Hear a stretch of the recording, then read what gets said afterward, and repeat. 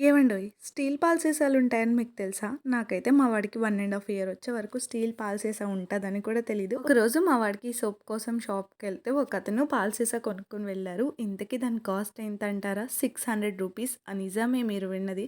150 ML bottle 600కి అమ్మారు. వామ్మో! ఇంత కాస్టా అనుకున్నాను. నిజానికి పెట్టొచ్చు అంత కాస్ట్. ఎందుకంటే ఒక్కసారే కదా కొంటాం. అలాగే అది బీపీఏ ఫ్రీ కూడా. నిజానికి బీపీఏ ఫ్రీ అని ఉన్న ప్రొడక్ట్స్‌లో అంతకు మించిన పారాబెన్స్ ఉంటాయంట. నువ్వేదో దాంట్లో దూరి చూసినట్టు మాట్లాడుతున్నావే అంటారా? నాకైతే ఏం తెలీదు కానీ ఇన్‌స్టాగ్రామ్‌లో డాక్టర్ శ్రావ్య గారు ఉంటారు కదా! ఆవిడ పోస్ట్ చేసిన ఒక రీల్ చూశాను. అప్పుడే ఫిక్స్ అయ్యా మా వాడికి ఇంకా పాలు సీసాలో పోయకూడదని. అంతకు ముందు నుంచే గ్లాస్‌తో అలవాటు చేశాను. బట్ వాడు నైట్ టైమ్ ఏడుస్తున్నాడు. ఎందుకులే అంతలా ఏడిపించడం అని ఈ స్టీల్ పాలు సీసా బుక్ చేశాననమాట. ఇది నేను ఫ్లిప్‌కార్ట్ నుంచి తీసుకున్నా.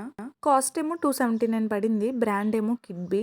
ప్రొడక్ట్ కింద పాజిటివ్ ఉన్నాయి, నెగెటివ్ ఉన్నాయి రివ్యూస్. బట్ నేను ఏదైతే అది అవుతదని చెప్పి బుక్ చేశాను. ఇది చాలా నైస్ ఫినిషింగ్ ఉంది. లెస్ వెయిట్ అనమాట. పిల్లలు పట్టుకోవడానికి ఈజీగా ఉంటుంది. అలాగే లీకేజ్ ప్రూఫ్ కూడా అస్సలు లీకేజ్ అవ్వట్లేదు. నేను చూసిన రివ్యూస్‌లో లీకేజ్ ఉందని చెప్పి ఉంది.